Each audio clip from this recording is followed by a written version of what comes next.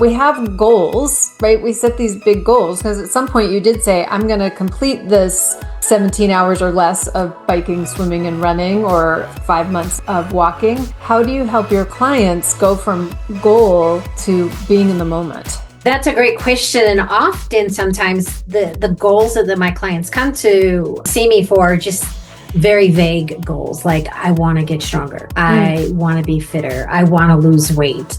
And so I start them off and I meet them where they're at, which is the biggest thing, is because often we are told somewhere along in our journey that you're not a runner, or you're not strong, or you're not this. So often I get those people who believe that they can't lift weight. Like, oh, I'll never lift more than 5 pounds or whatever, or I'm not a runner because some coach somewhere along the line told them they're a runner. So what we do is Welcome to the Mindfulness in Motion podcast. The podcast explores recreational activities infused with mindfulness so we can move beyond simply existing and live with more joy and curiosity and freedom. I'm your host, Cori Myka. Today I have Lida with us, a health and wellness strategist, author, motivational speaker, and endurance athlete whose life has been transformed through mindful movement.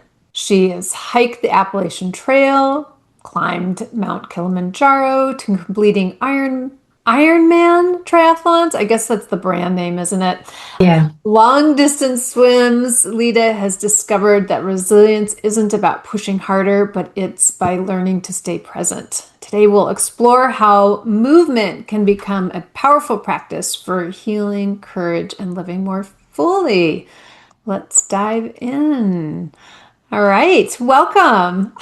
Wow, thank you. I got to say, it's always weird to just listen to the accomplishments that I've had, because in each one of those, it was just something that I did, not looking for accolades or trophies or anything like that. It was always just something I did. So it's always a little strange to hear it rattled off, but thank you.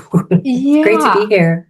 I could see that. My son hiked the Pacific Crest Trail, which is similar to the Appalachian Trail. These are long distance trails. The Pacific Crest Trail's on the West Coast, Appalachian Trail's on the East Coast.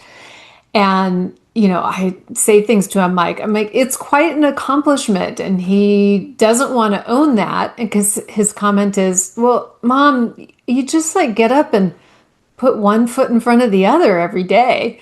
Is that Literally, yes, you do that, because sometimes in the moment you can't see the end because it just seems so far out there. And when I do Ironman triathlons, which for the audience, that's a 2.4 mile swim, a 112 mile bike, and a 26.2 mile run, all in one day, all after each other, usually within a 17-hour time limit.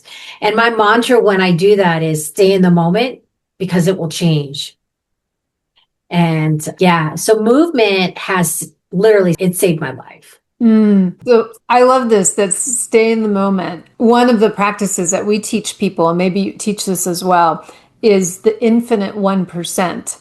If we are just looking at 1% of change, right? So you're staying in the moment for that 1%, that then, 17 hours later, you've completed this huge triathlon. Or how long did it take you to do the Appalachian Trail? Well, I had a very interesting journey, but I would say overall around 5 months. Okay. So day after day, 1% of change gets you hiking thousands of miles in 5 months. I love this. Yeah. So that's so important. How do you help bring your clients that you're working with because we have goals, right? We set these big goals because at some point you did say, I'm going to complete this 17 hours or less of biking, swimming, and running, or 5 months of walking. How do you help your clients go from goal to being in the moment? That's a great question. And often, sometimes the goals that my clients come to see me for are just very vague goals. Like, I want to get stronger. I want to be fitter. I want to lose weight. And so I start them off and I meet them where they're at, which is the biggest thing, is because often we are told somewhere along in our journey that you're not a runner, or you're not strong, or you're not this. So often I get those people who believe that they can't lift weight. Like, oh, I'll never lift more than 5 pounds or whatever, or I'm not a runner because some coach somewhere along the line told them they were runners. So what we do is we just ease into this, and my approach is slow. And I tell them up front, heads up, I am not going to break you. You're going to wake up tomorrow and you're going to be able to move. Because how many people start a fitness journey? Maybe you've done this and they all go gangbusters, and then they can't move the next day because they're so sore. So that's not my approach at all. It's like we build very, very slowly, and I do checkpoints. So in this process, whatever their goal is, or we determine it is, I do maybe every 8 to 12 weeks a check-in. And so we have benchmarks that we set. And it could be a weightlifting goal. It could be a running goal. And then when they say, oh, I got here and I improved my running by, a minute, a mile, let's say. And they're like, I feel really good. And all of a sudden they're very proud of themselves because they didn't really think they were making progress, because we always challenge ourselves with that. We're like, oh, we don't see it in the day to day. Right? We go through the motions, but we don't always see it. So I'm always there to remind them, like, do you remember last week you lifted 5 more pounds, or you did, 20 more squats, or I'm constantly just reinforcing to them. Yeah, that's so important. That piece of when we're in the moment. Gosh, as I think about this, when we're in the moment, we are not looking at big picture, because those are sort of counter indicative. And it's essential to be in the moment. Like, one of the things we teach people when I'm teaching people how to swim, they're constantly like, especially afraid and beginner people, they look at the wall. I want to get to the wall. And that is the slowest way to getting to the wall, is by looking at the wall. They have to be in the moment of where their body is, because that's what's going to take them to the wall. They have to be able to be connected to their hands that are going to push them or pull them through the water. And so this being in the moment is where the action happens. And it's then difficult to be able to see the total picture and the total change. I can see how very important that would be, to have either those markers or somebody external to you. Are there kinds of markers, like I could see on a chart when I pick up 5 more pounds.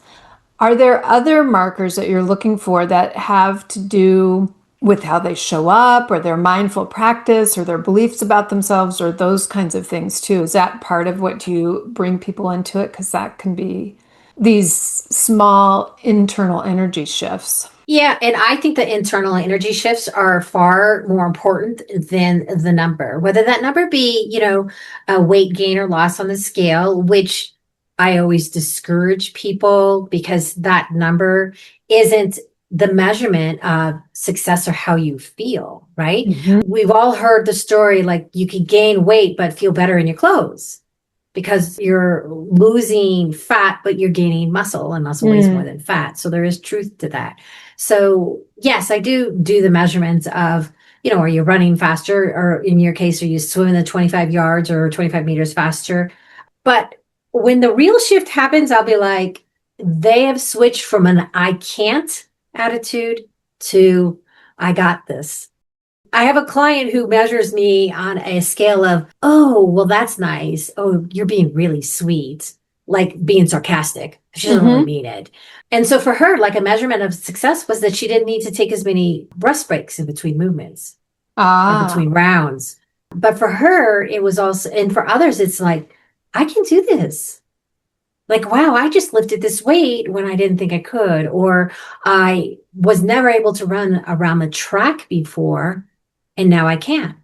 And at that point, it's not even a measurement of how fast or slow they ran around the track. It's a measurement of, I ran the whole thing. And that's the kind of person that I like to work with, is that the woman usually who comes in and says, I can't.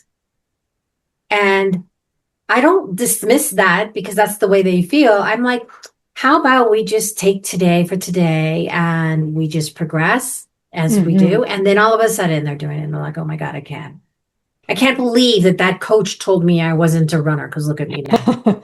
Yeah. Belief, self-belief. This is what I'm hearing. And self-belief is so big in anything that we do. And I think that is something that is very dismissed, that we don't really talk about the importance in our self-belief or how we live into what we do or don't believe about ourselves. We talk about people who they're not swimming yet, but they have to have some sort of belief in themselves as a swimmer. And it might be tiny. It might be a grain of sand, but why would you show up? Why would you show up to a fitness class? Why would you show up to a swim? Whatever the thing is, if you don't have some kernel of belief.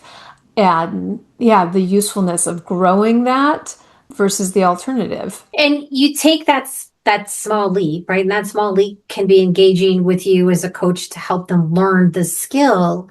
Then it becomes a sort of trust the process. Because you can't always see yourself at the end, like at an Ironman, as an example. I have to remind myself all the time to trust the process because there's no day at any point in the training where I put the length of all these movements together. And it's so overwhelming. And you have to just trust that you've done the homework, you've executed on the plan.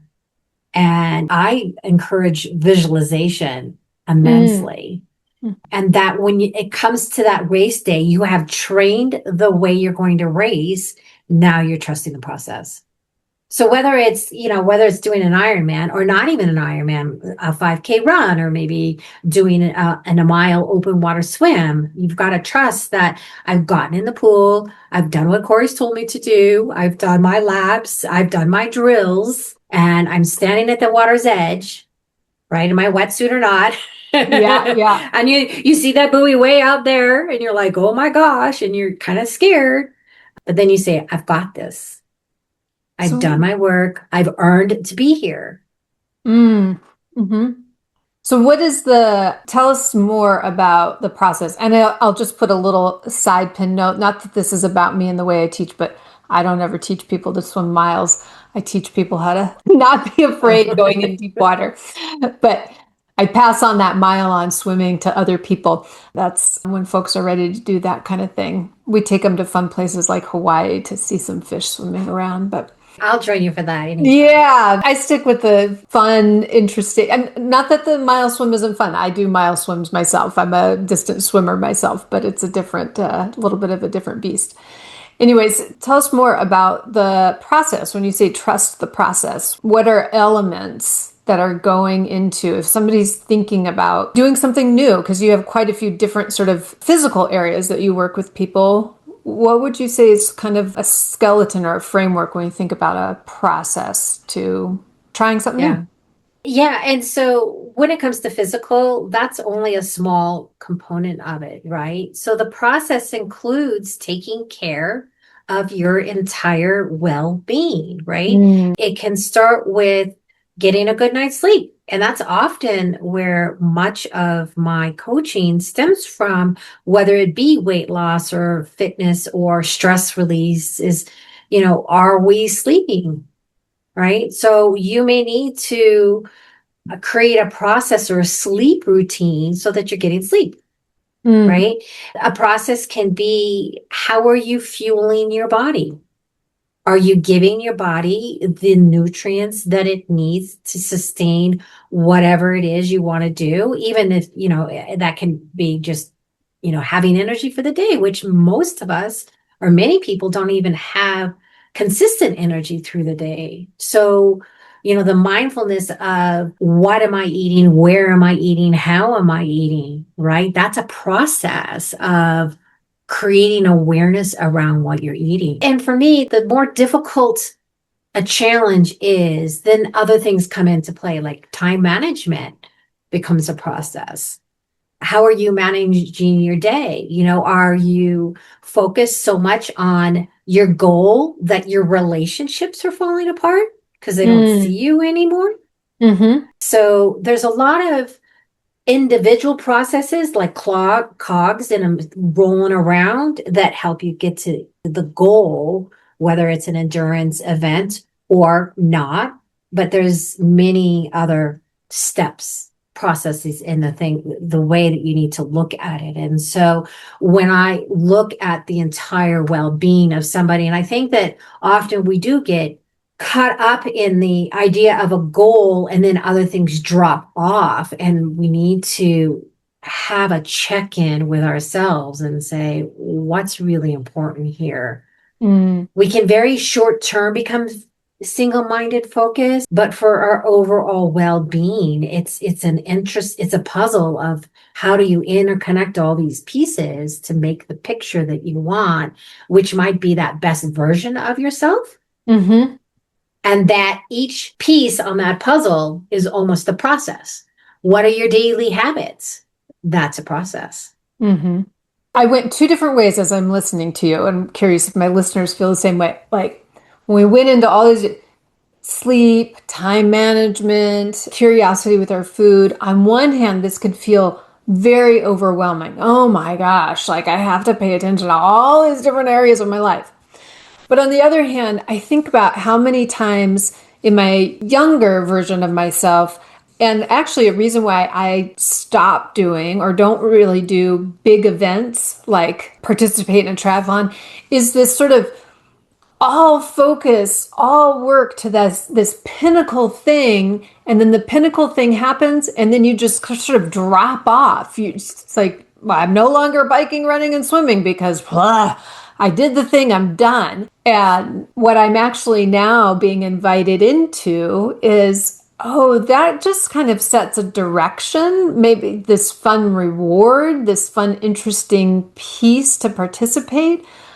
But if I'm allowing, not being overwhelmed by, being curious of all the different supporting processes, wow, now I really have a transformational event, a transformational activity that I would continue with after the big event. The big event just becomes a moment in that time, but I still go to sleep the next day. I still want to celebrate with the people who, were there to cheer me on, and my relationships and all those different pieces to have this more holistic approach. Yeah, I think you said it more beautifully than I did, because when you put it all into perspective, and trust me, in doing endurance events, I have seen marriages fall apart. Right? People have, as a matter of fact, I'm not sure that I would have married my husband because one of his siblings did Ironmans, and he saw that be completely consuming to her, Mm-hmm. where I approached it and said, okay, if there was a family function that was really important, I skipped a day of training. It'll be okay, right? And I modified the way that I did things. So if I had what's called a bike to a run, as an example, I would say, okay, I'll be home around 1 o'clock. Do you want to go run with me for a half hour? So I engaged people in every step of this process, because at the end, you're absolutely right. There's an immense sense of pride and satisfaction and happiness that comes with crossing that finish line. But to me, it's always about the journey, right? And in that journey, I've created relationships, and I've suffered with my friends, and I've had great times. And that's what really matters for me.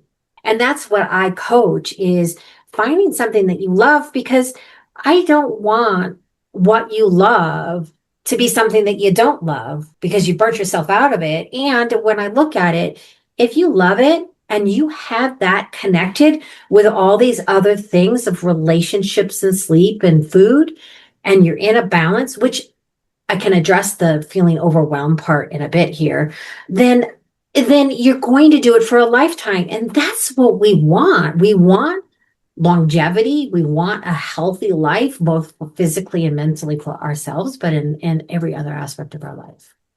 Mm-hmm. So what I really am also noticing about this process of being in the process, a whole wellness change, this also helps to mitigate this idea that I am going to be better or feel good or feel a particular way at the finish. Like that's the time that I get to feel accomplished. Well, you do get to feel accomplished at that. There's a certain high for that moment, but I'm hearing you also get to have these accomplishments and sense of well-being and worthiness and love and joy and all the things that we want now, being in the present, instead of always saying that's only a future thing, only if I, this like perfectionist fantasy, when I reach the thing, then I will feel good. Is this part of your process too, of that being in the present, to have that feel good all the way? Yeah, absolutely. And I think that that comes into the overwhelm part. So when you've got a milestone, whatever that is, right, or an objective, and then you break it down into milestones, there's so many small accomplishments that happen along the way. And overwhelm, if we can break these down into small tasks, because, I mentioned a mile swimmer, and thankfully, you brought me back to reality, which is that most people are fearful of the water, right? They're fearful of putting their head in the water. Well, the overwhelm becomes less overwhelmed when you take one thing and make one small step and overcome that. And then that's when that sense of self, confidence, accomplishment happens in the daily moments that we often don't recognize, where I get out of the pool and I'm like, $1 million, like I feel awesome. And I'm like, because I embrace those successes as they happen. So we're not going to start out on day one and say, I'm going to feel good swimming, or I'm going to do an ultra distance hike or something. It's a goal, but then you're like, well, what do I need to do? What am I fearful of doing? And let's start making this a habit, like how we just live our life. And then we break it down even further and we say, how can I stack this habit onto something I already do? Mm-hmm. And when it comes to changing something and changing a habit, adding a habit, I often like to ask people on a scale of 1 to 10. So let's say you don't drink water. A lot of people don't drink water, and you're like, okay, Lida, I've got this. I'm going to drink like 100 ounces of water tomorrow. And I'm like, okay, Cori, that sounds great. On a scale of 1 to 10, how successful do you think you'll be? Probably And not then you're very like, successful. oh, a 2. And I'm like, okay, what if we started drinking 20 ounces of water? How successful do you think you'll be, Cori, with that? More successful than the whole shebang. Yeah. I got it. I'm an 8 or a 9. Mm-hmm. So then you start there. So you don't go from A to Z. There's all these other little steps. And so when you break down the sense of overwhelm and you give yourself some compassion and you don't look at it as like, I have to be perfect from the get-go, Mm-hmm. right? If you just keep building, I like to follow the Kaizen principle, which is small steps. Like if Yeah. somebody's trying to get rid of sugar in their coffee, I literally have them take a pinch of sugar out of their teaspoon of sugar every day. And then 2 weeks later, they're like, oh my gosh, I'm not even adding sugar to my coffee anymore. And I didn't even notice. It has to fly under the radar of our brain, right? Because our brain is what it blocks everything. So if you make that habit so small or that change so small and it flies under the radar, then it becomes the new thing, the new normal. Yes, I love it. Yeah, back to where we were talking in the beginning, that infinite 1% of change, of just, a small bit over time, as consistently as possible. But we get to, like, sometimes I do love too. You said, sometimes I have a family function, I'm going to skip that day, and that's okay. I think what's powerful about that piece too is making a decision to skip that day versus I just don't feel like it. That sounds like, it's a planned event. So you're saying, yeah, I'm making it a conscious decision that I'm going to skip that day. I'm going to be okay with that. And then I go back to it the next day or whatever the next piece of that is. yeah, but I do also would like to caution that even if it's an unplanned event, like you were waking up in the morning and you just feel blah, right? I would ask yourself some questions like, am I tired? Am I on the verge of being overwhelmed? And if I do this, it's going to push me over the edge, or I feel like I'm getting sick, so let me push through it. There are times for you to just and ask yourself these questions and then make an assessment. And it's okay. I like to say the 80-20 rule a little differently, which is if you're doing the right things 80% of the time, then the 20% of the rest, which is life, which is just not feeling it or whatever, isn't going to derail you from your goal. And if we can give ourselves the compassion to say it's okay.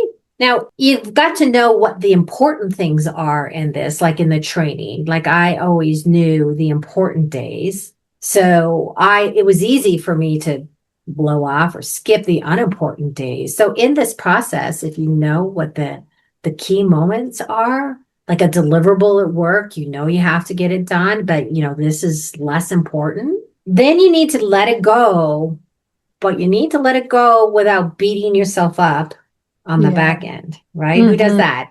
Yeah, that's that mindfulness in motion part, right? That loving and caring for yourself, taking care of those decisions, both we've brought up the like celebrating the small steps and not beating yourself up when you do make an adjustment for the plan and where you allow curiosity in to help guide you what the right next step is. Well, if the right next step is that people are curious about working with you, how could they do that? Where can they find you?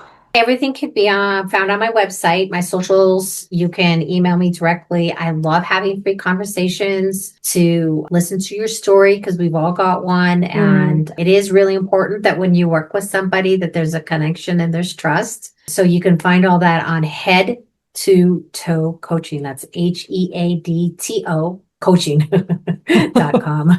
I'm glad that you designated that it's TO and not TOE. Right. Yeah. Yeah. So head to toe. Head to toe coaching. Yeah. Head TOE coaching. Great. Very good. So we will, of course, have that in the show notes so folks can connect with you if they're wanting to do something big like through hiking, or if they're wanting to do something like feel better in their day-to-day lives and take a look at how could you be creative with your nutrition and your movement and taking care of yourself mentally. I love it.